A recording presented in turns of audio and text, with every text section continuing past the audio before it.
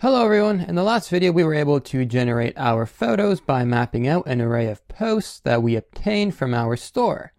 In this video we'll look at how we can dispatch actions. Earlier we spoke about how components cannot change the state of our application. They must emit an action. That action is dispatched to the reducer.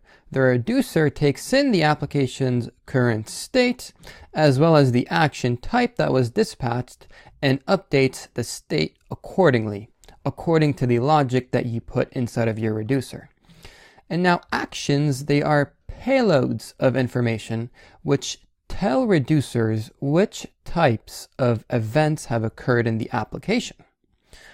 At the moment, our store, all it has is some default data that we need to update.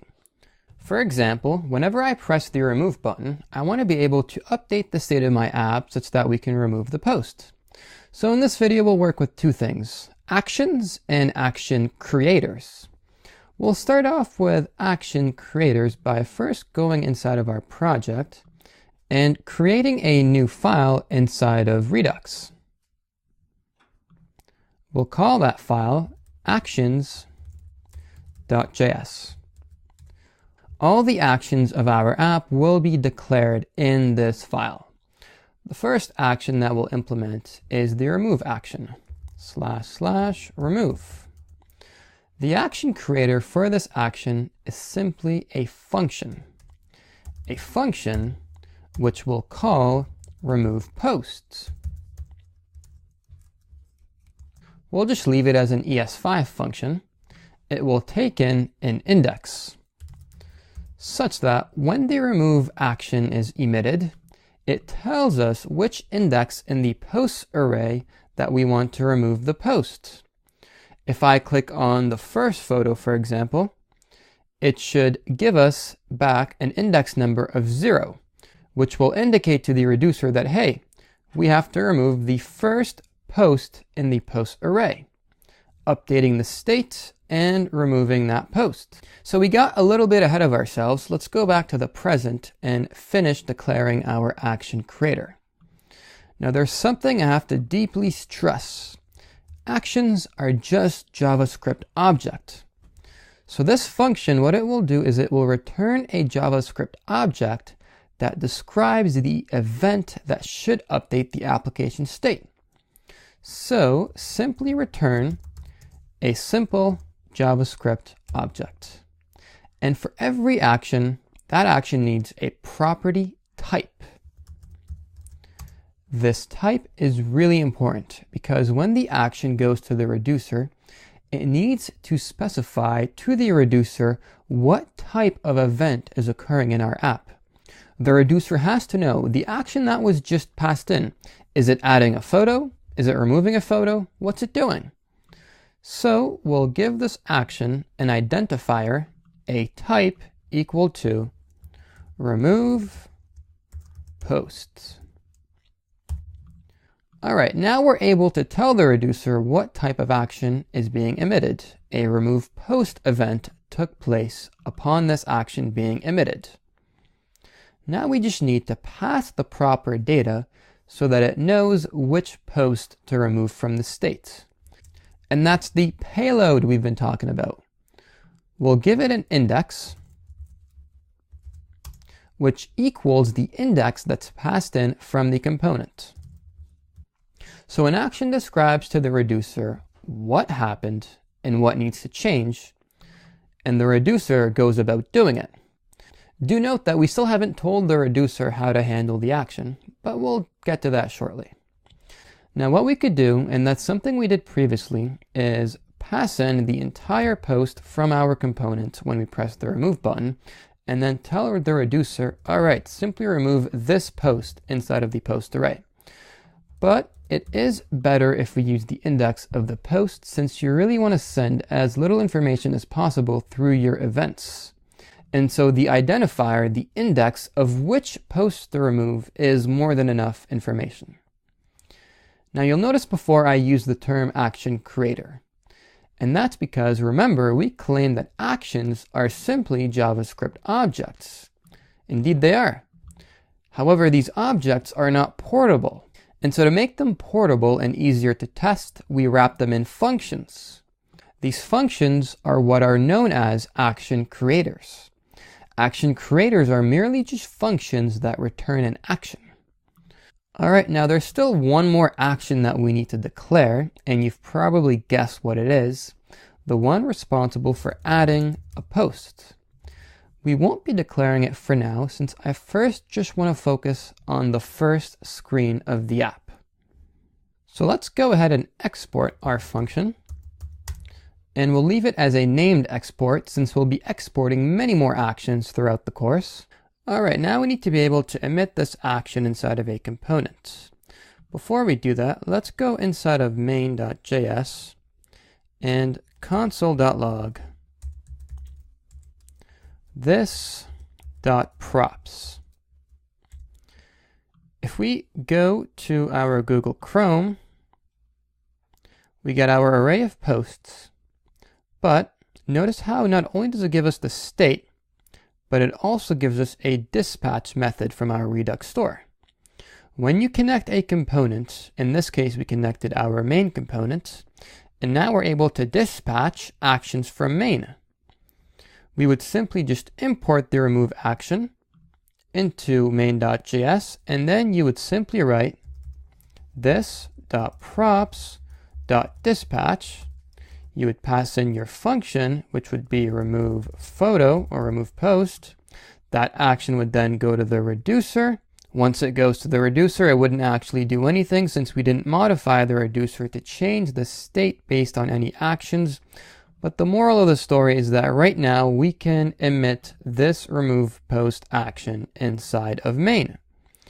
So you know what? Let's actually go ahead and emit our remove action as soon as our component mounts. Inside of component did mount, make sure to import your action. So import, and the action is a named export of remove post,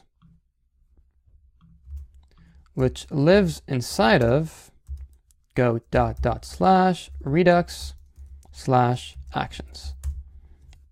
And now, simply enough, inside of component did mount, we can call this.props.dispatch.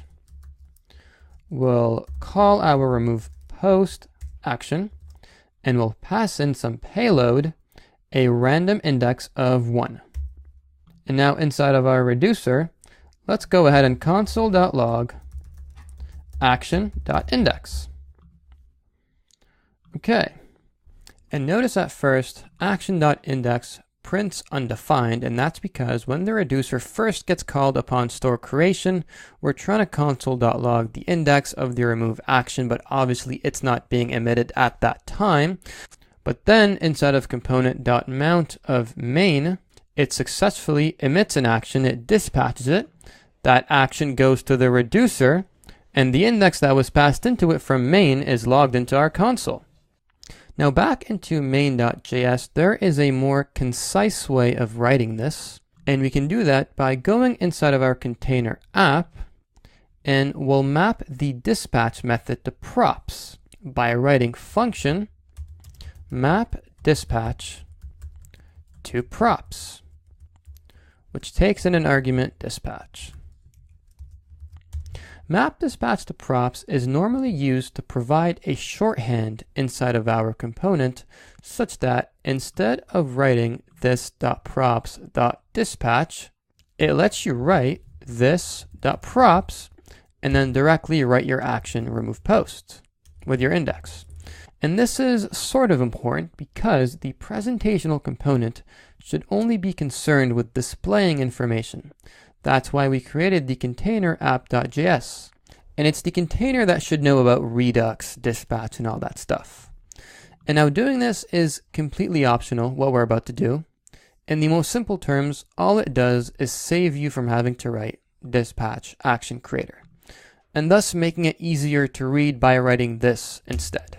And to be able to write this, we need to bind the action creators so that when we execute this resulting function, our action does indeed get dispatched. Go to the reducer and update the states. So inside of our container components, we'll go ahead and import bind action creators. It's important that you get the naming right as a named export from the Redux framework. And we'll also import our remove action. I believe it is called remove post. Let's just copy and paste it to be safe. Import remove post from ... go to the Redux folder /actions. And now you can simply return bind action creators. And the action we want to bind is remove post. Make sure it's a property of an object, and we'll emit that action whenever it's called with a dispatch. Can go ahead and connect this to our top level component, just like we connected map state to props. So you can simply write this.props.remove post, and we'll simply pass in a random index of 1. Let's try it out. Go to Google Chrome, and it gets dispatched right to our reducer. All right. And now before we start implementing the logic for our remove post functionality, I'm going to start removing any props we had initially for onRemovePhoto. Remember, we used this for component state. We're not going to be using it anymore. So inside of add photo, this doesn't actually exist. Let's get rid of it. And now inside of the photo component, inside of each photo instance that's in our photo wall, and whichever photo I press the remove button on is where the action needs to be emitted. In order for it to go to the reducer, update the state and remove the correct photo according to the index that we pass in.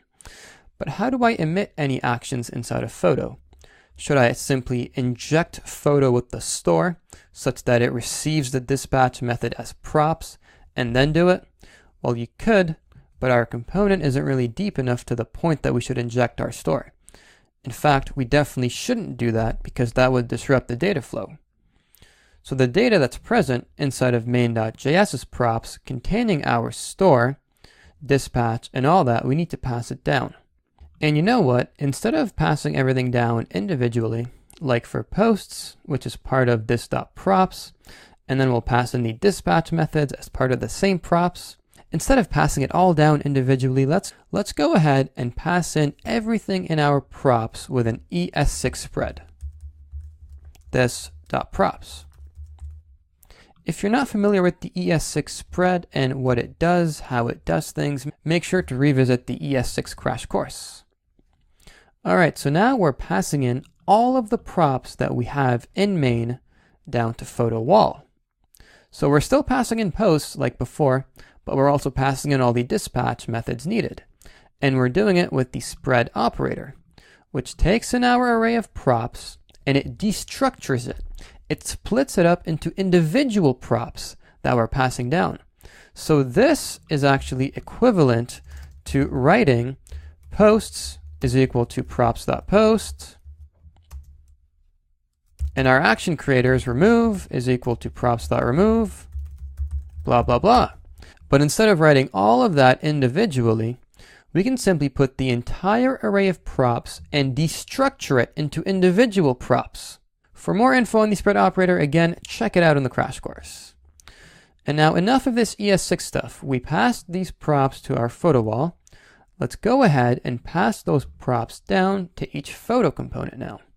Let's go ahead and pass in those props down to each photo component now, like so, props. And now inside of photo, we have access to all the props that we had in main.js, meaning we can emit actions inside of photo. And so whenever we click our remove button, we're going to emit props.remove post. And for now, we'll give it a random index of 1. Let's test this out.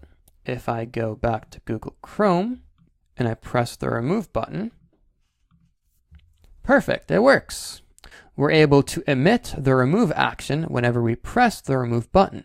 That action goes to the reducer and console.logs the payload. The next and final step is to manipulate this action inside the reducer such that it updates the state of our app and removes the post. We'll do that in the next video.